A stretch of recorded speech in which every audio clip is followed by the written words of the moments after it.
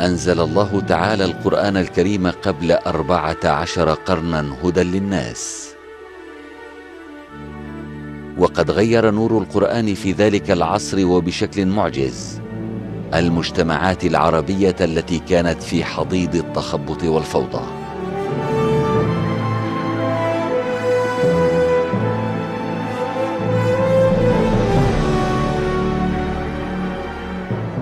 ورغم احترام العرب للقيم الإنسانية، فقد كانوا يعبدون الأصنام التي يصنعونها بأيديهم، ويعتقدون أن في إغاراتهم على بعضهم وسفك الدماء شجاعة وفضيلة. يئدون البنات خوفا من العار، ويقتلون الأولاد خشية الإملاق.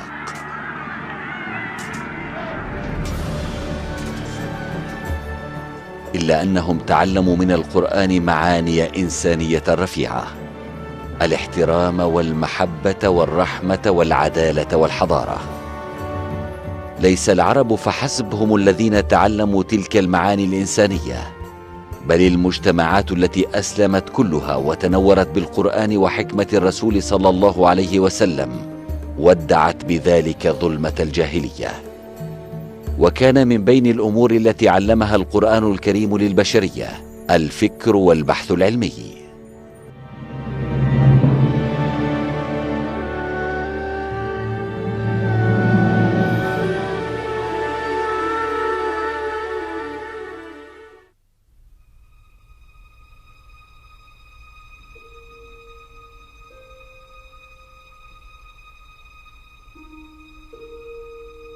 إن أساس التفكير العلمي هو حب الاستطلاع، ولتشوق الناس إلى معرفة كيفية نشوء الكون والطبيعة اهتموا وباختصار بالعلم.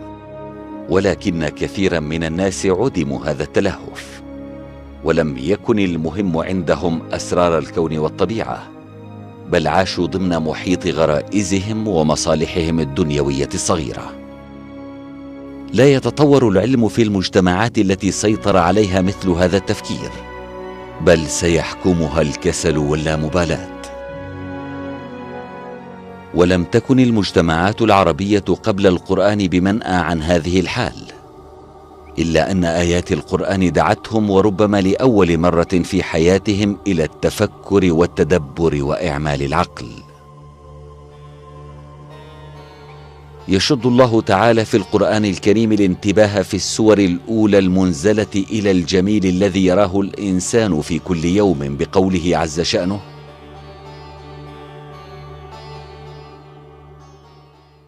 أفلا ينظرون إلى الإبل كيف خلقت، وإلى السماء كيف رفعت، وإلى الجبال كيف نصبت، وإلى الأرض كيف سطحت، فذكر إنما أنت مذكر.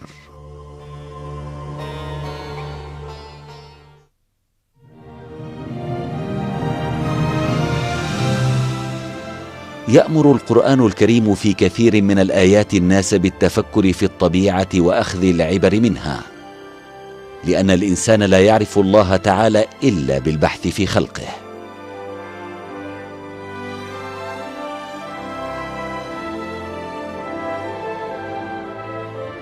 ولهذا فإن الله تعالى يثني على الذين يتفكرون في خلق السماوات والأرض بقوله جل وعلا: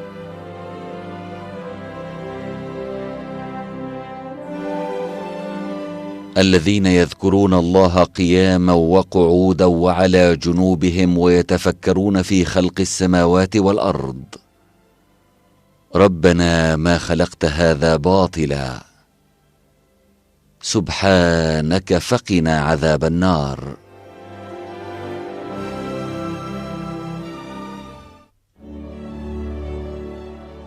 ولهذا أيضا كان الاشتغال بالعلم عبادة مهمة جدا للمسلم، لأنه بأمر الله تعالى. ففي كثير من الآيات يرشدنا الباري إلى التفكر في السماوات والأرض والكائنات، أو خلقهم والتفكر في أنفسهم. وعندما ننظر في الآيات القرآنية نرى أن جميع فروع العلوم الأساسية قد أشار إليها القرآن الكريم. مثلا في مجال علم الفلك يرغب به القرآن الكريم بقوله: الذي خلق 7 سماوات طباقا ما ترى في خلق الرحمن من تفاوت فارجع البصر هل ترى من فطور.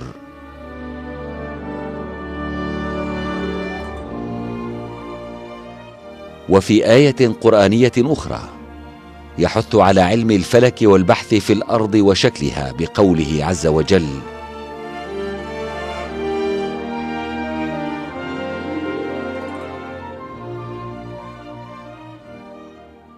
أفلم ينظروا إلى السماء فوقهم كيف بنيناها وزيناها وما لها من فروج والأرض مددناها وألقينا فيها رواسي وأنبتنا فيها من كل زوج بهيج تبصرة وذكرى لكل عبد منيب.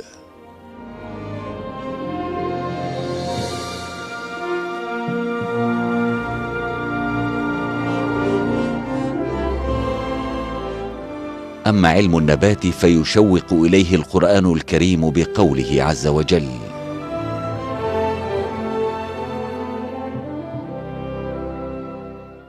وهو الذي أنزل من السماء ماء فأخرجنا به نبات كل شيء فأخرجنا منه خضرا نخرج منه حبا متراكبا ومن النخل من طلعها قنوان دانية وجنات من أعناب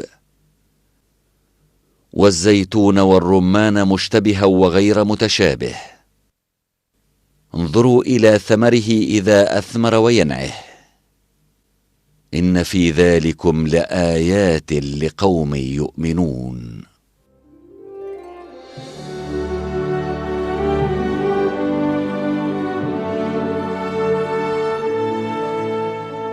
وأما في علم الحيوان فيشد القرآن الكريم الانتباه إليه بقوله عز وجل: وإن لكم في الأنعام لعبرة.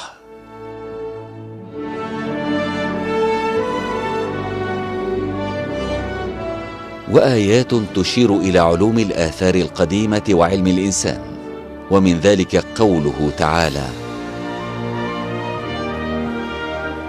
أولم يسيروا في الأرض فينظروا كيف كان عاقبة الذين من قبلهم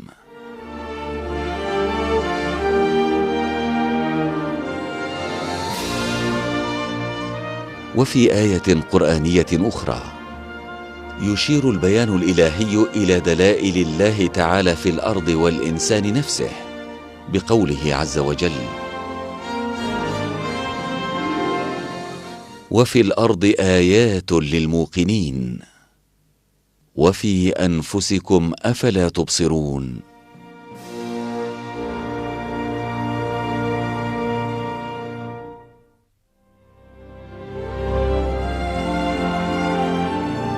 كما ترى فالله تعالى يحثنا في القرآن الكريم على جميع أنواع العلوم، ولهذا ففي الوقت الذي انتشر فيه الإسلام انتشرت الأفكار العلمية أيضا.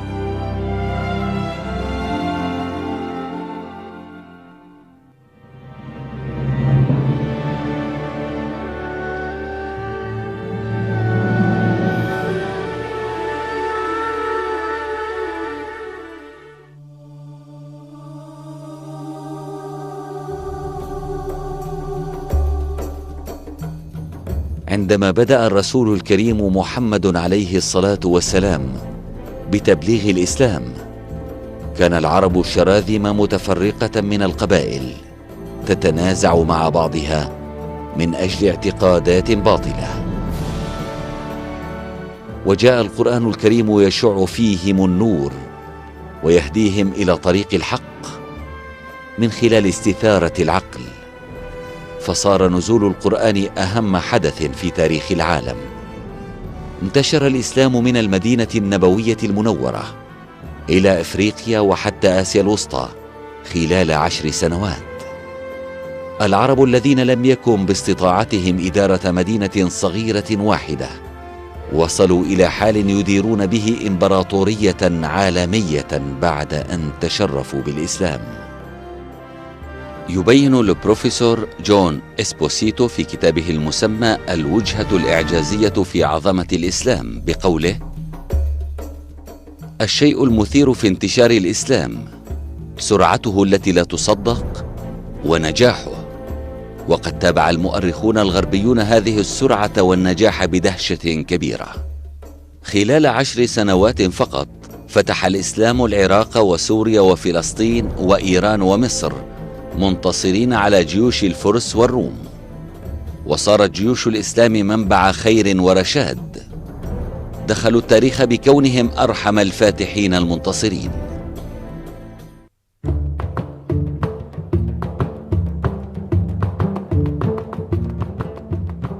ثم إن قبول الأمم المختلفة للإسلام وسع إمبراطورية الإسلام أكثر، وجعل الإسلام أكبر قوة في العالم في ذلك العصر.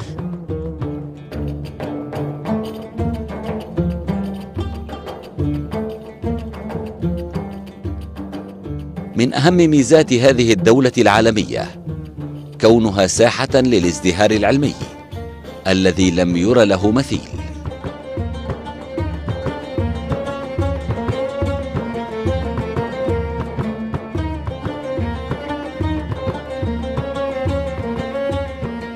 ففي العصر الذي عاشت فيه أوروبا في ظلام دامس، شكل العالم الإسلامي أكبر ميراث علمي شهده التاريخ في ذلك الوقت. وتقدمت علوم الطب والرياضيات والفلك والهندسة وحتى العلوم الاجتماعية بشكل نظامي ولأول مرة في التاريخ.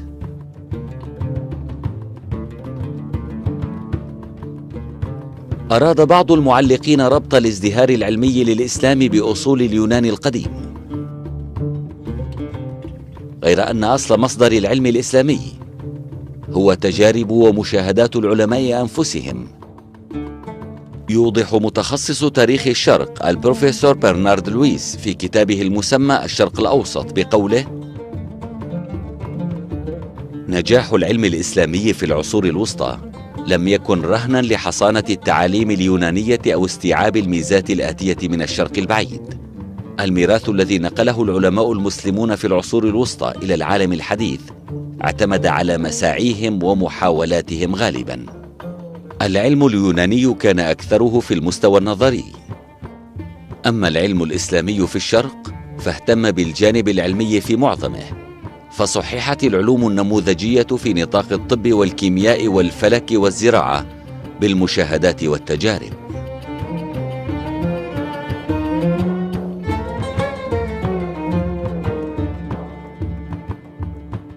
أما سر هذا الازدهار العلمي فكان في النظام العقلي والعلمي الذي علمه القرآن الكريم للعلماء المسلمين.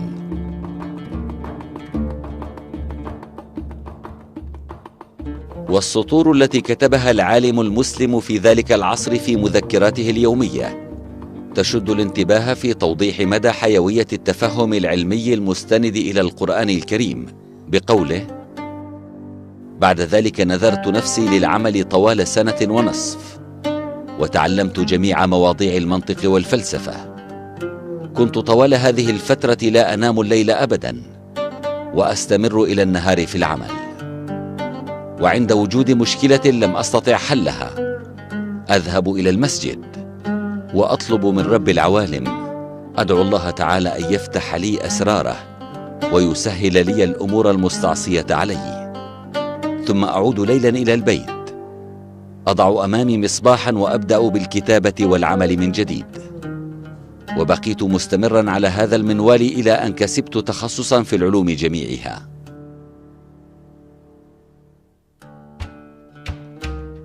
الأندلس التي نشأ فيها أكثر العلماء المسلمين كانت قد أصبحت مهوى أفئدة الباحثين والعلماء. لقد تعلم الأطباء المسلمون فيها مجالات واسعة كعلم الولادة والجراحة وطب العيون، وقد حققوا اكتشافات مهمة شكلت أساس العلم الحديث. وإليك بعضا منهم.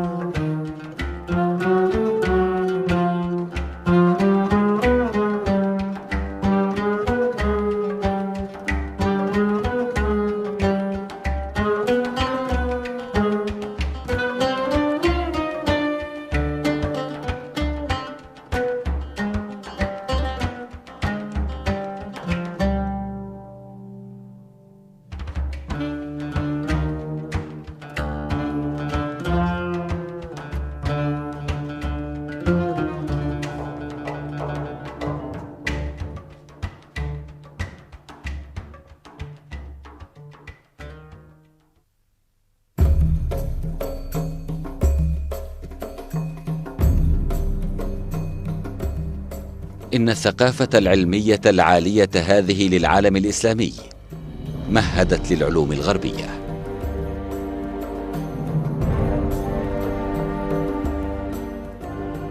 كان علماء المسلمين يتصرفون بوعي بأن التفكر في خلق الله تعالى هو طريق معرفته عز وجل،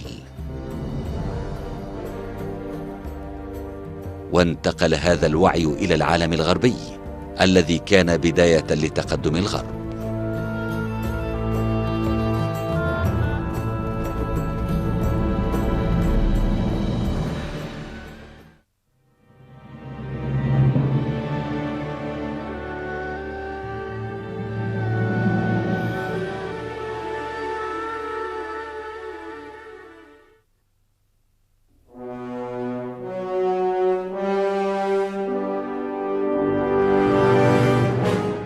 حكم النظام الذي كونته الكنيسة الكاثوليكية أوروبا في القرون الوسطى، وقد أعاقت الكنيسة فكرة الحرية وجعلت العلماء تحت ضغط شديد. كان الناس يعاقبون من قبل هذه السلطة وتحرق كتبهم بمجرد اعتقادهم بأفكار أو اعتقادات مختلفة.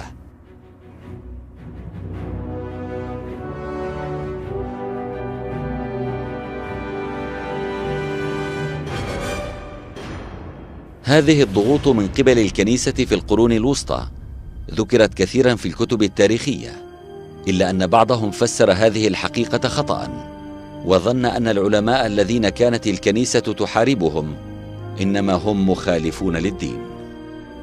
ولكن الحقيقة أن أكثر هؤلاء العلماء المخالفين لتلك الكنيسة المتعصبة كانوا متدينين.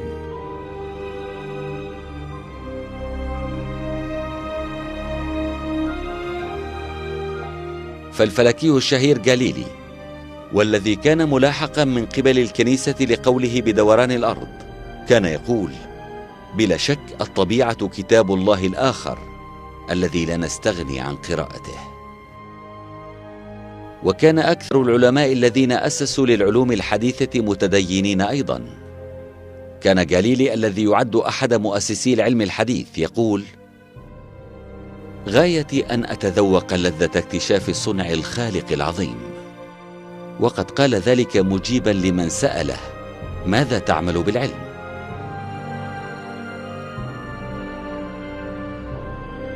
وأوضح نيوتن، وهو أحد كبار العلماء في التاريخ، هدفه في بحوثه العلمية قائلا: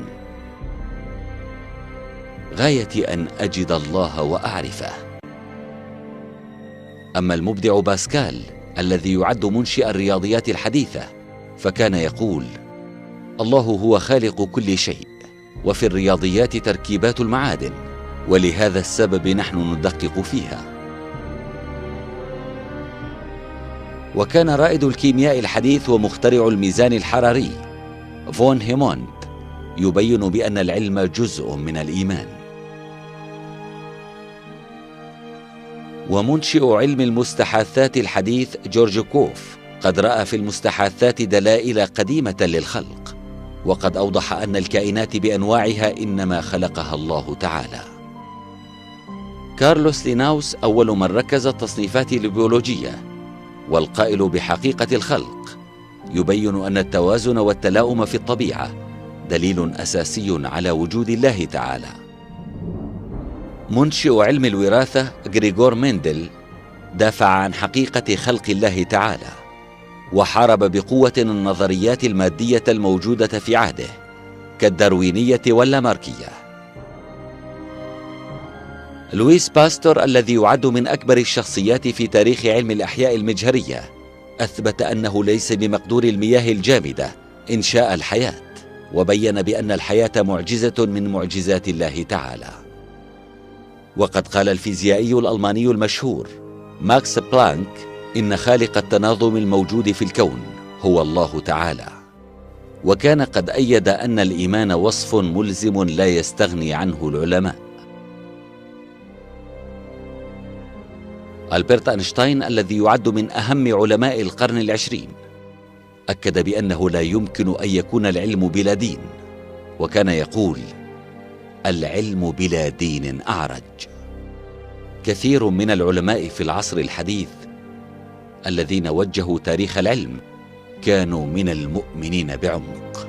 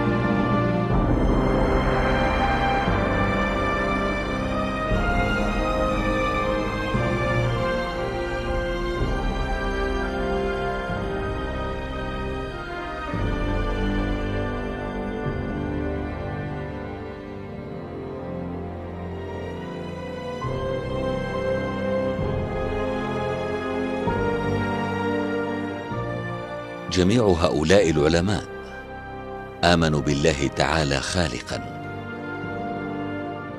وخدموا العلم بنية كشف الكون المخلوق من قبل الله تعالى، وكانوا يذكرون خلق السماوات والأرض، وفكروا في كيفية خلق الأرض بهذا الشكل المعقد، وبحثوا في الكون بهذا الوعي.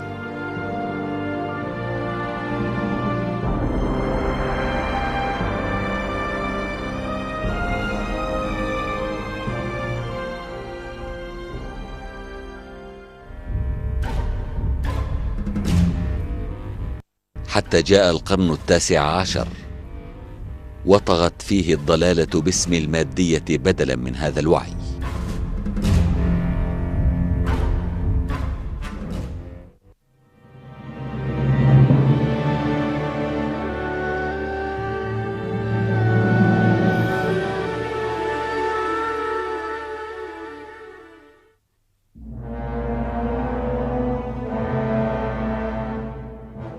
كان القرن 19 منصة لأكبر خطأ في تاريخ البشرية.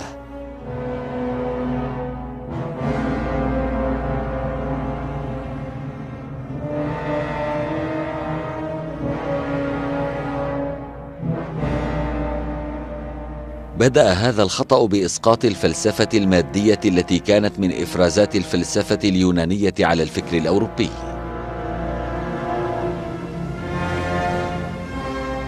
وكان من أكبر أخطاء هذا العصر نظرية التطور لداروين.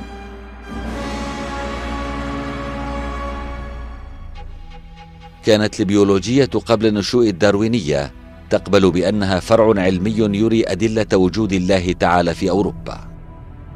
وكان البيولوجي المشهور ويليام بيلي قد ضرب مثالا مشهورا على حقيقة الخلق في كتابه المسمى تكنولوجيا الطبيعة. وكان بيلي يقول: كما أن كل ساعة تثبت وجود صانع لها، فإن التصاميم في الطبيعة أيضا تدل على وجود الله تعالى.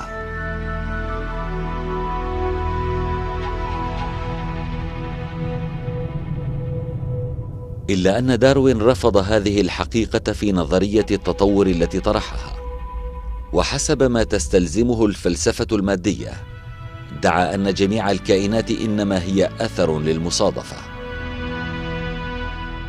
وتمسك ملحدو ذلك العصر بنظرية التطور لداروين وعضوا عليها بالنواجذ، وهكذا صنعوا فارقا اصطناعيا بين العلم والدين.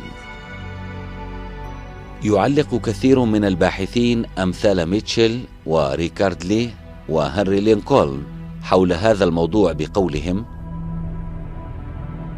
لم يكن العلم مستقلا عن الدين قبل داروين ب100 عام، لكن على العكس كان جزءا منه، وكانت غايته الأولى هي خدمة الدين. ولكن العلم في عصر داروين كان قد نزع هذا المفهوم الذي كان العلم يحمله، وعرف نفسه أنه بديل للدين، فكان لا بد للبشرية من اختيار أحدهما. ولم يقتصر الأمر على العلوم البيولوجية، بل إن معظم فروع العلم كالنفسية والاجتماعية حرفت بحسب ما تقتضيه الفلسفة المادية.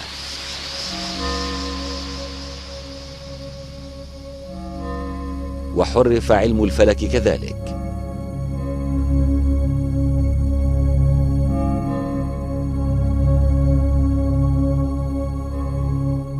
فصارت غاية العلم الحديث تصديق الفلسفة المادية.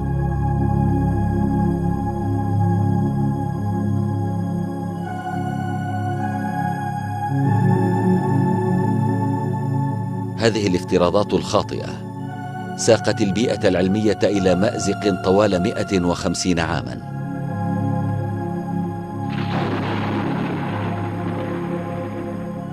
وقد سخر عشرات الآلاف من العلماء من مختلف الفروع العلمية على أمل إثبات الداروينية أو نظريات المادية الأخرى، إلا أنهم أصيبوا بخيبة أمل. فالدلائل العلمية أعطت عكس النتائج التي أرادوا التوصل إليها، وصدقت حقيقة الخلق. العالم العلمي الآن في حيرة تجاه هذه الحقيقة، وكلما تعمق العلماء في الطبيعة ظهرت الدلائل صارخة في كل تفصيل من تفاصيلها، وهكذا ظهر بطلان الفلسفة المادية من جذورها. فمثلا بنية DNA الفائقة تري العلماء بما لا يدع مجالا للشك أنها من خلق حكيم خبير. DNA لخلية واحدة فقط تحتوي على معلومات تملأ موسوعة علمية تزيد على آلاف المجلدات. يعلق العالم جين مايرز من شركة سيليرا المشرف على مشروع الخريطة الوراثية للإنسان بقوله: إن الشيء الذي يحيرني في الحقيقة هو بنية الحياة. النظام فيها معقد لدرجة أنه يفوق الخيال، وكأنه صمم بشكل خاص. فها هنا أثر علم كبير. هذه الحيرة كانت تسيطر على كل البيئات العلمية، والعلماء ينظرون بدهشة إلى بطلان الفلسفة المادية والداروينية التي يعلمونها لطلابهم على أنها صحيحة. فبعضهم صمتوا، وبعضهم أعلنوا عن ذلك بوضوح. وأحد هؤلاء الجريئين هو البروفيسور الكيميائي ميتشيل بي، يعرف وضع البيئة العلمية في كتابه المسمى الصندوق الأسود للداروينية بقوله: خلال الأعوام 40 الأخيرة أظهرت الكيمياء الحيوية القسم المهم من أسرار الخلية، وقد نذر عشرات آلاف الناس حياتهم للبحوث الطويلة في المختبرات لإيجاد هذه الأسرار. وكل هذه النشاطات المجهرية لمراقبة الخلية كانت تعطي نتيجة واحدة صارخة وبشكل واضح جدا: الإبداع. هذه النتيجة واضحة إلى حد أنه ينبغي أن تكون إحدى الاكتشافات المهمة في تاريخ العالم، وأن تؤدي إلى صرخات الفرح وحفلات كبيرة. إلا أنه لم يقم أي احتفال، ولم يعبر عن أي فرحة. حسناً، لماذا؟ لما لم يهتم العالم العلمي بهذه الحقيقة التي اكتشفها؟ لأن قبول إبداع واع يعني أن يعترفوا بوجود الله تعالى مهما رفضوا ذلك.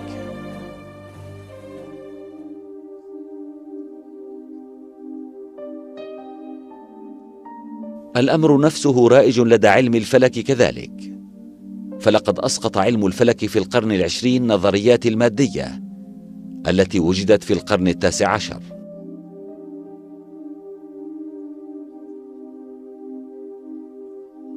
لقد ظهرت أولاً مع نظرية الانفجار الكبير أن للكون بداية يعني لحظة خلق.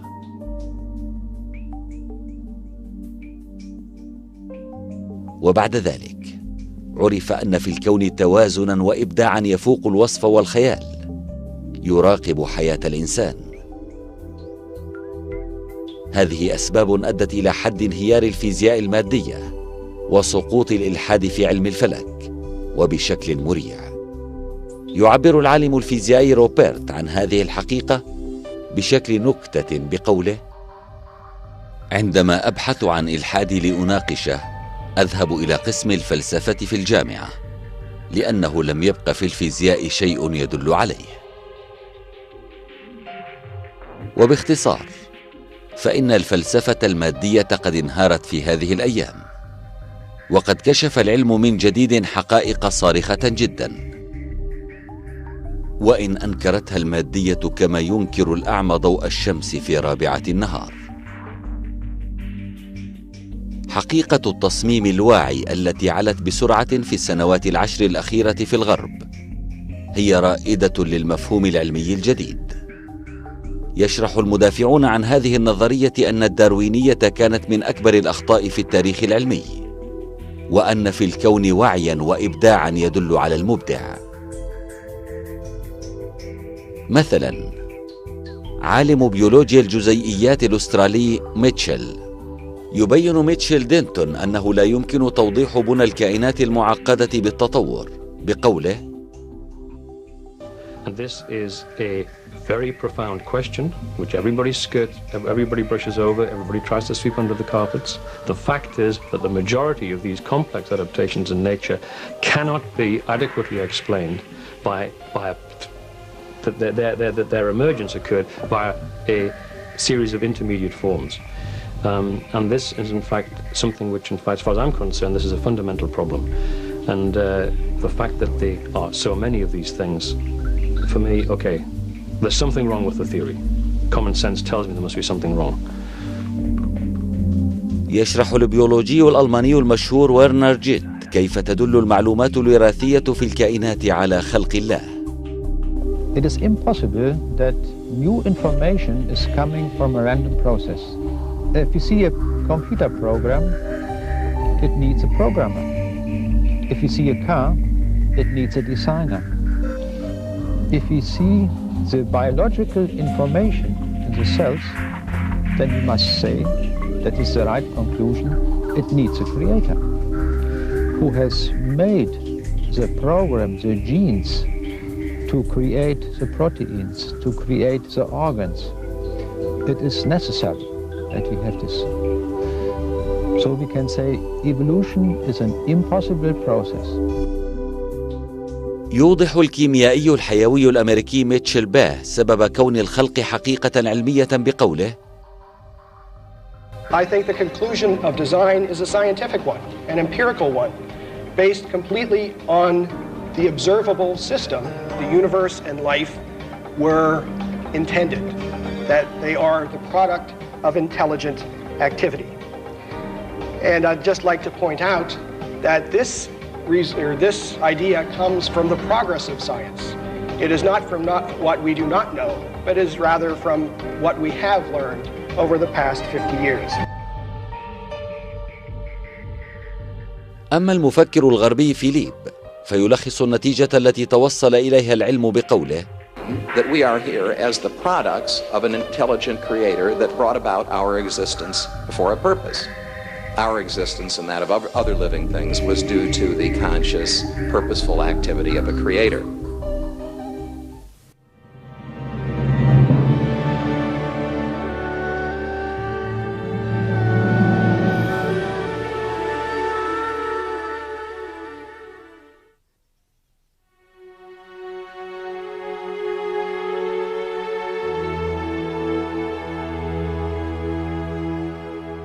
لقد خلق الله تعالى الكون بما فيه، وفي كل شيء خلقت آية تدل الإنسان على الله تعالى.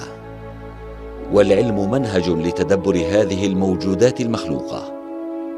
وهكذا لا يمكن أن يتناقض الدين مع العلم، فالعلم يكشف ما خلقه الله. ولذلك فإن رسالة الإسلام، وهي خاتمة الرسالات، لا تحث على شيء حثها على العلم. والتقدم العلمي الكبير في تاريخ الإسلام يري أهمية هذا الحث بوضوح. أما نظريات القرن التاسع عشر التي تريد خلط العلم بالفلسفة المادية فقد فقدت صحتها هذه الأيام. والبشرية ستفهم عما قريب بشكل واضح أكثر أن الله تعالى خلق جميع الكون بكل ما فيه، وقد أظهر العلم دلائل هذا الخلق بجلاء. والقرآن الكريم الذي أخبر عن هذه الحقيقة قبل 14 قرناً إنما أرشد العلم. قال عز شأنه: كتاب أنزلناه إليك مبارك ليدبروا آياته وليتذكر أولو الألباب. قل يا قوم اعملوا على مكانتكم إني عامل فسوف تعلمون من تكون له عاقبة الدار إنه لا يفلح الظالمون.